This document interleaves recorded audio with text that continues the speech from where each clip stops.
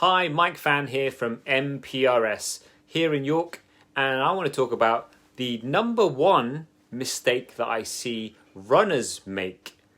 Is it to do with which trainers they wear? Is it to do with how they use their body? Is it to do with how many miles they run?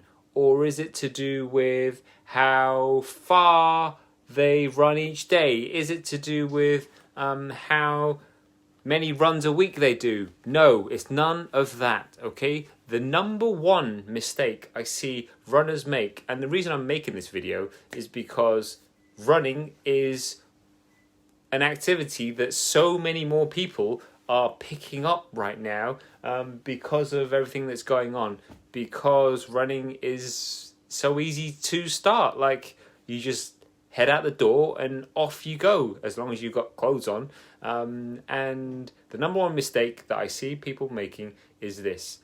It's doing too much too soon, okay? The eager beaver in us all, we are far too eager when it comes to running, as with most things really, but especially with running, because of the way that we can feel so good after a run. Like, I think back to when I first started running, the endorphin rush that you get after that first run, after those first few runs, it's amazing. It's like a cocaine hit,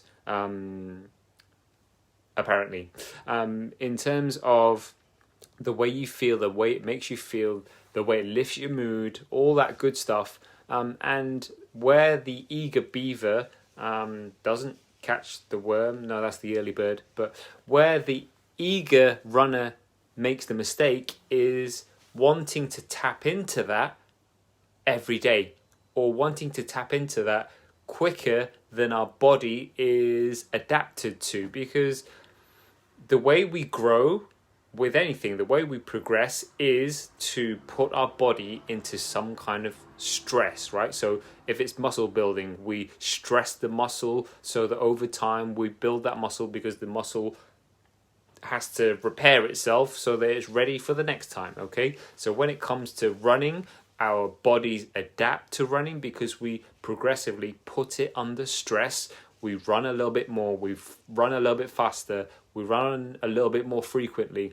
But the mistake is where we get too eager and we do too much too soon. And I find myself saying it every single week, potentially every other day, to people about how, yes, it's fantastic that you started running, but don't go too much. Don't do too much. Like, there are lots of rules of thumbs, you know, like, don't increase your volume by 10%.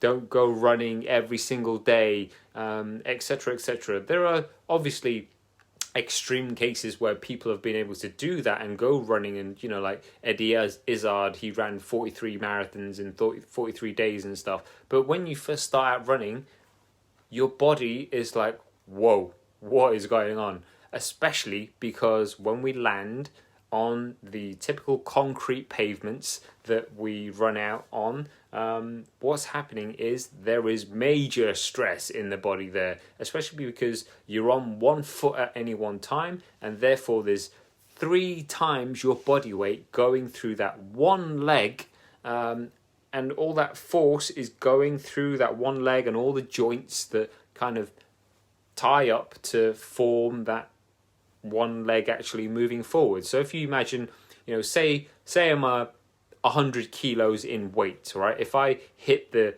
deck, that's the equivalent of 300 kilos of body weight going through all of my joints, and I'm smashing the ground every time I run, okay? So this is the reason why I say to heed the rule of thumb, whereby you build up gradually. You don't go and run every single day like I did, because the mistake I made was to do that, and lo and behold, I got injured. And it wasn't just me. I saw that it was a mistake that was prevalent in the running world, in terms of if you run too much too soon, your body's not ready for it, and therefore you're going to start smashing it up. Your joints don't like it, your shins definitely don't like it, and then you're out for however long, and you're having to go to physios and chiropractors and everything else to try and sort you out because you're so eager, you want to get out as quick as you can. And then you make the mistake of potentially returning too soon, and then you do it again. And ultimately, I'm talking from experience here, okay? I ran my first marathon in 2007, and yeah, after I got bitten by the running bug, what happened was I was really eager and I started running too much too soon, and lo and behold, I had shin splints, crippling shin splints that were so frustrating because I then had signed up to lots of races that I couldn't then do because I was injured. I had a sleepy butt, I had knee pain, I've had hip pain, I've had back pain, all coming from the fact that running entered my life. It's now part of my life, and I'm here to give you a 13-year shortcut in terms of saving you the pain and misery and frustration of injuring yourself. So heed my advice. Well, you can take it and do with it as you wish, but my advice is to go slowly, to build up gradually, and to listen to your body. All right, your body knows, like, pain is often an indicator that, you know, we are doing something that we shouldn't be doing. So heed that warning and listen to it and build up gradually, because your bones and your joints will thank you for it in the long run. Don't think about it as oh, I can run 7 days a week. Great, but then what about for the next 2-3 months when you're suddenly injured? Okay, most injuries come from repetitive strain injury of some sort, where you're smashing the joints and the muscles over and over and over into concrete, which returns 100% of the energy that you put into it. So back to my example of 300 kilos going through each joint, you're then getting that coming straight back up, and lo and behold, you get dodgy, painful knees, ankles, hips and stuff. So running itself isn't bad for your joints. Running badly or running too much is actually bad for your joints, okay? Running with poor technique is bad for your joints. So that is my advice for running. If you know anyone that this would be of help to, then send them this video. If it's of help to you, then let me know how it helped. And yeah, running is a fabulous, fabulous part of my life. It's a fabulous part of lots of people's lives now as a result of them starting during all of this going on in the world. And I applaud that. However, just take it easy.